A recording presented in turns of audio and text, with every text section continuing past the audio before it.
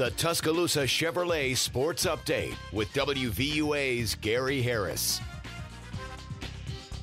Good evening, everybody. Tider Insider TV coming up tonight right after the news. Well, it's safe to say that Alabama cornerback Dee Milliner has solidified his spot at the top of NFL draft rankings for that position. In fact, he likely has solidified his status as one of the top players in the entire draft after running a sizzling 4.37 40-yard dash at the 2013 NFL Combine on Tuesday. Milliner responded to questions about his athleticism over the weekend by simply saying that his critics should watch the Combine. And he backed up his confidence in a big way today. Clearly, he's established himself as fast with his 40-yard dash time. His drills weren't outstanding. As you'll see, he dropped a lot of passes in the drills, but Milliner clearly looks like the best corner in the draft and a top 5 overall pick. Well, former LSU safety Tyrann Mathieu might have entered the day with the most to prove of any of the defensive backs. His off-the-field struggles are well documented, but he said Sunday that those troubles are behind him.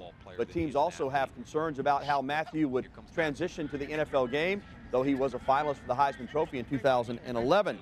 Mathieu is small, not as fast as some of the DBs, and has inconsistent coverage skills. Draft analysts said Mathieu needed to run a good 40 time and do well in the positional drills, and he did have a solid day, clocking a 4.5 40. He also appeared fluid and quick in coverage drills. No doubt somebody will give him a shot. Alabama and Auburn basketball tonight at Coleman Coliseum. Early first half. The Tide's off to a good start, 13-4, looking for some payback after losing 49-37 at Auburn earlier this month. Of course, at halftime, the Foy ODK Sportsmanship Trophy will be presented to the Alabama football team. We'll have complete coverage of the game, post-game, and the halftime ceremony tonight on the news at 10. Well, after winning 2 of 3 games at Florida Atlantic, the Alabama Crimson Tide baseball team is 6-1, and they're at home tonight taking on Samford.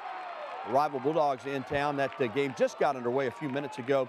Alabama is starting sophomore left-handed pitcher Taylor Gilbo. He's 1-0 on the season. We'll have those highlights for you tonight on the news at 10. The Alabama women's tennis team moved up to number 5 in the latest Intercollegiate Tennis Association poll, marking the highest ranking in program history. The Crimson Tide's previous best was 7th, which was achieved last season. North Carolina continues its reign at number 1 and is followed by Duke, UCLA, and Florida, then the Crimson Tide. Turning to prep hoops, a clash of titans tomorrow afternoon in Birmingham as Class 5A second-ranked Bryant will take on Class 5A top-ranked Winona in the 5A boys state semifinals. Now, most observers consider the 32-2 Winona Dragons to be the best team in the state regardless of classification. But Bryant's team here is 30-3 themselves. And head coach Sean Peck Love says they got respect for Winona, but they're ready to go. They won't back down. Yeah, it definitely gives us motivation. You know, that's one of the teams that we watched all year. They've been 1 most of the year, all year. We've been 2 most of the year. And it would be great to see, you know, how we actually stack up and compete against those guys. I think it'll be a great game. I don't think my guys will back down from them. And we'll be in that game. I'll be at that game in Birmingham tomorrow. Also, the Greensboro game tomorrow night over there at the BJCC.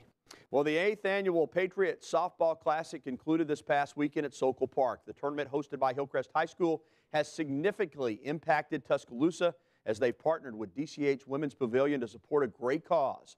WVUA Sports correspondent Marissa Martin has the story. The 5th annual Softball Classic was this past weekend, and for those who were involved, it was more than just a game. It was a chance to be part of something extraordinary.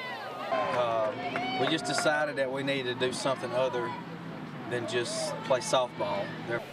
Schools from all over the state made their way to Tuscaloosa, wearing their pink, to help raise money for breast cancer research.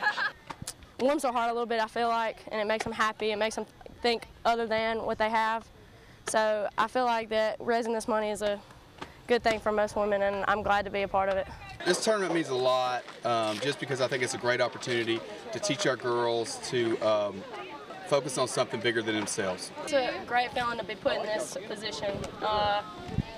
You gotta show respect and say that this is very important because it means so much to these women and us too, and it's a part of my life kind of because I've been doing it ever since I've been here, and so it means a lot to know that all of us together get to do this for so many women.